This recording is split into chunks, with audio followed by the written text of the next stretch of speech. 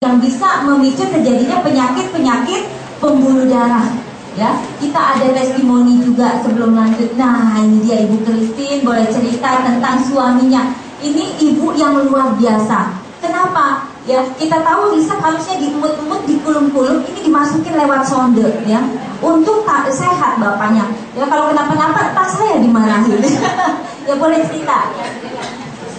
Nama saya Christine. Saya mau kasih kesaksian tentang suami.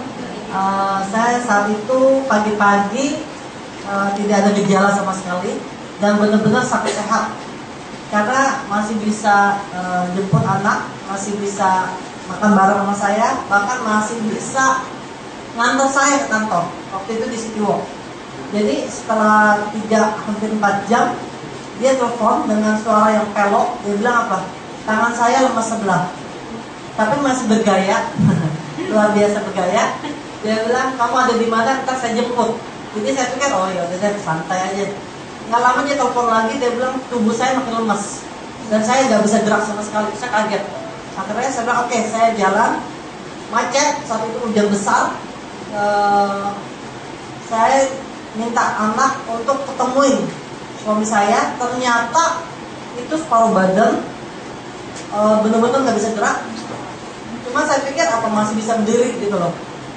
Jadi gak lama telepon temen, anakku tuh di sekolahan gak ada jemput sampai jam 5 sore. Saya jadi pusing, saya bilang oke. Saya suruh anak saya pergi jemput anak yang kecil, saya ke tempat kejadian. Saat itu susah sekali taksi. Jadi saya minta tolong orang untuk gotong kiri kanan gitu. Ternyata berdiri aja nggak sama sekali nggak bisa berdiri. Itu yang megang 3 orang aja itu hampir tumbang, bertiga itu benar-benar hampir tumbang, saking beratnya. Begitu saya juga sempat angkat kakinya. Aduh, saya kaget. Itu seperti saya angkat mayat. Karena memang belum lama itu istri saya baru meninggal karena kanker. Jadi saya juga ikut mengangkat gitu ya, mayat seperti apa saya angkat tuh, saya kaget gitu loh. Jadi saya sampai gemet terus saat itu, benar-benar kenapa? Itu nggak bisa berdiri gitu loh, nggak ada kekuatan sama sekali untuk berdiri tuh. Saya sampai benar-benar pusing. Akhirnya bawa ke rumah sakit. Untung dan waktu saya bawa ke rumah sakit itu saya minta riset kemana-mana itu kosong. Teman pada aduh gue lagi sibuk, yang ini lagi pergi, yang ini lagi pergi. Dan itu sempat sampai malam itu nggak ketolong kasih riset. Untung saya telepon Ipar, saya bilang kemarin kamu ada beli riset kan? Dia bilang tolong pinjemin ke saya. Jadi waktu di UGD itu saya cekokin sampai 8 sampai 9 riset. Saya pikir untuk pertolongan pertama aja. Lewat mulut? Nah, jadi saya kasih itu saat itu lewat mulut, saya suruh anak pukul-pukul kulitnya supaya melek. Karena dia terus cenderung tidur. Terus cenderung pupilnya itu mengecil. Jadi yang kita ini kan bagus ya, kesadaran itu sama sekali kayak fokusnya hilang, memorinya hilang langsung. Itu hebatnya tuh. Akhirnya saya kasih. Waktu itu memang tensi 160/100. Akhirnya saya masuk ICU. Waktu masuk ICU dokter bilang, saya bilang dok saya mau kasih ini. Apa ini katanya? Gak perlu. Saya dengan gayanya kurang lebih. Akhirnya ya udah, saya mundur. Saya pikir oke, saya kasih kesempatan dokter untuk melakukan tugasnya ya. Jadi dengan dikasih obat segini, hanya segini, 800.000 sehari 3 kali, belum obat jantung, belum obat suntik di tangan, itu berbagai macam obat, cuma beda 4-5 hari, itu suami saya tensi 240 lebih. Naik banget. Dan tensinya itu 100 lebih, 240 lebih, itu sampai alat tensi itu sampai teriak-teriak. Dan orangnya itu panas tinggi, sudah komplikasi ke jantung, dan sangat bengkak saat itu, bengkak sekali jantungnya. Jadi kata dokter ini nggak bisa lepas dari oksigen, karena kalau lepas dari oksigen langsung mati. Karena dia udah seperti ikan mengap-ngap kata air. Jadi saya bilang oke, dokter pakai aja saya bilang. Akhirnya berapa hari sekali CT scan, dia harus CT scan. Dan hasilnya itu bukan membaik, memburuk.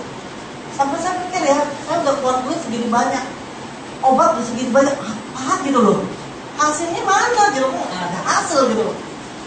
Akhirnya saya beranikan diri lagi, dok saya mau kasih ini. Jangan kalau kamu berani kasih katanya. Saya lepas tangan. Waduh, saya juga takut juga. Posisi saya begitu, saya takut. nggak mau ini gitu. Waduh, saya takut. Akhirnya saya berdoa ke Tuhan, gimana dia terbaik. Akhirnya beda berapa hari lagi saya dipanggil karena hasilnya lebih memburuk lagi, dan dokter itu bilang begini, kalau misalnya suami kamu ini nggak cepat-cepat dioperasi, kemungkinan bisa pass away. Karena dia ini emang 30/70. Kalau operasi pun itu pun bisa mati di tempat. Jadi saya pikir buat apa gitu loh. Anak masih kecil, butuh sekolah, saya pikir kan biaya itu juga nggak cukup gitu loh. Udah berapa kali 10 juta, berapa kali 10 juta. Aduh, ini benar-benar sangat benar-benar kayak lintah darat gitu rumah sakit itu. Benar.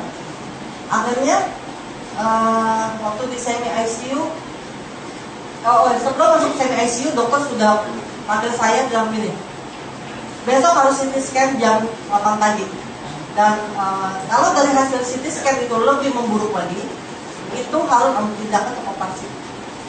Saya pikir di awal dokter sudah bilang operasi itu bakal mati di tempat. Itu buat apa? Sekarang saya dikejar-kejar, ditunggu sampai jam 10 malam, dikejar-kejar, suster setiap kali ketemu. Saya sampai ngumpet, dimanapun saya ngumpet, itu di belakang pintu, kayak di belakang mana, kalau ada dokter dan suster, saya ngumpet, nggak mau ketemu. Kenapa? Dia suruh saya sign untuk segera operasi. Ini saya pikir gila juga dia, udah kayak eksperimen gitu. Aduh, udah kesel juga saya saat itu. Akhirnya di Sabtu, saya sengaja datang terlambat. Saya sengaja, benar-benar sengaja. Saya cuma minta sama suster, sus, saya kalau misalnya mati pun atau hidup pun, saya mau kasih riset ini. Ini hanya nutrisi dan 100% hanya buang. Kalaupun ada apa-apa, saya bertanggung jawab karena saya istrinya dan keluarganya. Nah, saya minta tolong suster untuk suntik. Saat itu lewat sonde. Saat itu 4. Saya bilang, sus, saya nggak mau tahu. Oke, tolong kasih ini 4. Besoknya kalau bisa 4 sampai 6. Oke, suster tolong kasih ini. Ternyata saya kaget. Saya jadi bingung ya, mau datang pagi apa siangan atau gimana, saya juga bingung nih ya. Waduh, gimana nih, saya udah stres gitu karena dikejar-kejar. Akhirnya setelah jam 10-an saya datang, saya kaget. Itu kondisi wajahnya itu seger, bener-bener melek, bisa senyum gitu loh. Dan saya bilang, waduh, kesempatan saya nih, kayak yang riset, gue foto. Jadi dalam keadaan pakai selang, oksigen gitu ya, pegang riset. Wah, saya bilang apa? Untuk jadi berkat, bukannya kita nggak apa-apa ya, saya bilang untuk jadi berkat buat orang lain, saya bilang. Akhirnya nggak akan mati sampai di situ. Yang tadinya tubuhnya 100% nggak bisa miring, nggak bisa gerak, nggak bisa garuk, nggak bisa apa-apain. Itu sampai bisa miring sendiri. Itu dokter kaget dari 1 sampai 3. Biasanya pakai dokter ahli syaraf yang khusus terapi tangan, dokter ahli bedah otak, sama dokter internis, kepala rumah sakit internis Puspada, saya ketandai. Dan semua 3 dokter itu sampai bingung, saling menyalahkan. Nggak tahu ya, karena apa ya, karena obat apa ya. Waduh, saya melihat mereka nih saling menyalahkan gitu loh. Obatnya keterasan ini kak, atau ini. Bahkan saya sampai, nanti saya jawab. Saya bilang, sus, saya nggak mau tahu, kalau kasihin. Ternyata setelah 2 hari, itu bisa berfungsi mulutnya. Yang 100% mulut itu sudah tidak berfungsi, bisa berfungsi lewat mulut, minum riset. Saya cakokin saat itu 6 sampai 8. Saya bilang, nggak minum, awas, saya bilang. Saya ancam suaminya. Saya ancam. Habis, kan biaya loh. Kita malah pikir biaya itu nggak main-main loh. Cilok mbak dokter aja itu mesti bayar. Nggak main-main, kita kering panggil dokter, suster itu bukannya gratis. Biaya itu, semua biaya. Jadi saya bilang, sus, tolong kasihin. Bahkan, yang hebat, itu benar-benar sampai teman-teman saya yang kita yang senasib ya, tidur di mobil gitu ya, benar-benar tidur di mobil tiap hari lihat kondisi makin hari keluarga makin membaik. Sampai saya panggil semuanya itu teman-teman, saya bilang, kamu lihat, karena mereka tahu kan kondisinya, ya sama-sama akhirnya bisa miring sendiri. Udah gitu yang hebat, dikritik sama dokter, itu kaki bisa narik sampai begini. Jari sama sekali nggak bisa. Yang hebat bukan hanya itunya, tangan dia bisa naik begini. Itu di depan para 3 dokter. Waduh, saya pikir luar biasa banget kan. Akhirnya itu cuma hitungan hari, benar-benar hitungan hari. 2, 3, 4, dan hebatnya itu selang copot, oksigen copot, jantungnya pulih. Jadi bukan hanya stroke-nya ya.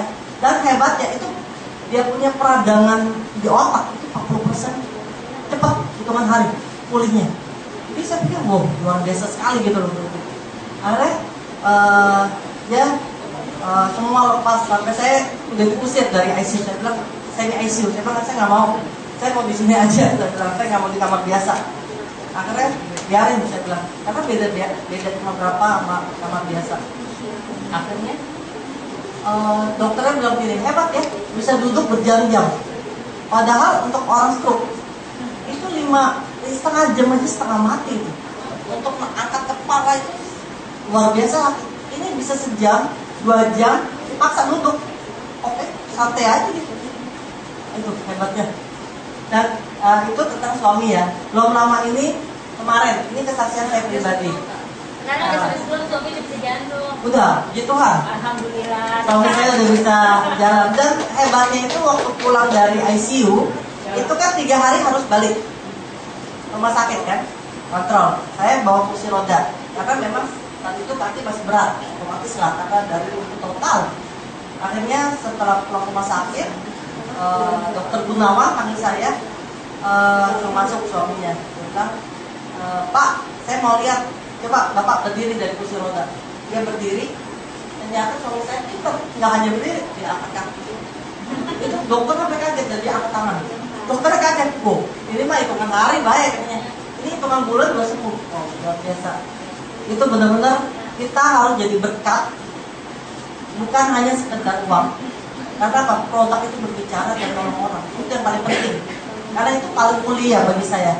Dan saya juga bersyukur, nggak hanya suami saya yang saya tolong, itu dari beberapa teman yang diabetes yang harusnya sudah diamputasi itu sampai nggak jadi, bahkan yang sudah komplikasi di jantung, komplikasi ke paru-paru, itu sekarang lepas.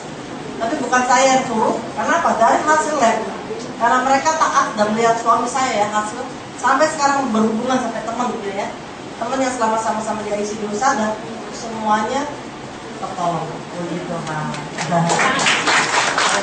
saya boleh kasih yang pribadi ya. Kemarin ini saya mungkin karena kecapean sekali, udah gitu karena juga mau ngirit naik busway dan nunggu sampai berjam-jam dengan hati kesel gitu ya, pikir mau murah meriah. Saya juga kerja kadang dari siang sampai jam 11, hampir setiap hari saat itu. Dan mungkin makan juga karena saya juga nggak teratur. Jadi saat itu saya benar-benar waktu pemilu itu pas pencoblosan pemilu, saya mata melek, itu jantung saya sakit dan benar-benar seperti mau pecah jantungnya. Itu detak jantungnya itu sampai buk. Dan itu saya bisa keringetan itu dari kepala sampai kaki itu lucu. Baju itu sebentar habis. Waduh, saya pikir mati nih, saya bisa mati nih, karena benar-benar lemas. Tangan buat flash aja saya nggak bisa.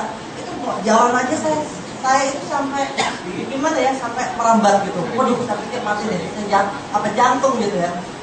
Dan sakitnya itu dari tulang muka, tulang sini, tulang telapak tangan, tulang rusuk, tulang dada, terutama itu jantung seperti mau dipecahin. Itu sakitnya luar biasa. Saya terus minum risep, bukannya memang nggak berguna, bukannya nggak ada hasil, tapi memang kita harus ngerti bahwa risep itu dia nutrisi, dia bukan obat. Kita memang butuh obat. Jadi, tapi yang kita butuhkan yaitu apa? Kita harus kejar dari kerusakan sel itu supaya apa? Dia bisa regenerasi, dan dari sel yang mati yang rusak itu yang harus cepat di repair. Jadi saya dengan percaya gitu ya, saya minum sampai 9 saset saat itu, sampai 9-10 saset lah saya minum. Itu saya memang dia tidak langsung gitu ya, tidak langsung bekerja. Akhirnya saya bilang, waduh, saya nggak bisa nih, saya harus ke dokter. Akhirnya saya saat itu ke dokter, dan dokter bilang, waduh, kalau misalnya telat kondisi saya tanpa bantu riset, mungkin saat itu saya udah mati. Jadi dokter bilang, kamu hebat ya, kok bisa gitu, bisa melewati dari pagi sampai jam setengah 7 baru ke dokter dengan detak jantung yang luar biasa hebat, juga dengan tensi 140/90. Jadi dia bilang kata dokter, kondisi kamu itu bagus staminanya. Kalau enggak, kamu pasti mati. Udah gitu dia bilang ini, kamu kena virus. Dia bilang gitu, kamu bukan jantung, kamu kena virus pneumonia. Saya bilang, pneumonia tuh apa dok? Saya bilang, kan jadi dokter itu suami istri terlalu baik. Dia bilang itu dari perpaduan nyamuk malaria dengan nyamuk demam berdarah. Dan itu lebih jahat daripada demam berdarah sebenarnya. Dan seharusnya kamu tuh seharusnya lumpuh, nggak bisa jalan. Kok hebat ya kamu bisa jalan? Itu dokter udah bingung gitu. Kok bisa jalan gitu? Dan itu memang saat itu saya pucat sekali. Tapi setelah saya suntik itu hebat. Itu respiratornya benar-benar bekerja, benar-benar nggak sia-sia yang kita minum. Itu yang telapak saya benar-benar dari setiap sendi itu sakit. Itu perlahan hitungan menit sampai benar-benar hilang sakitnya.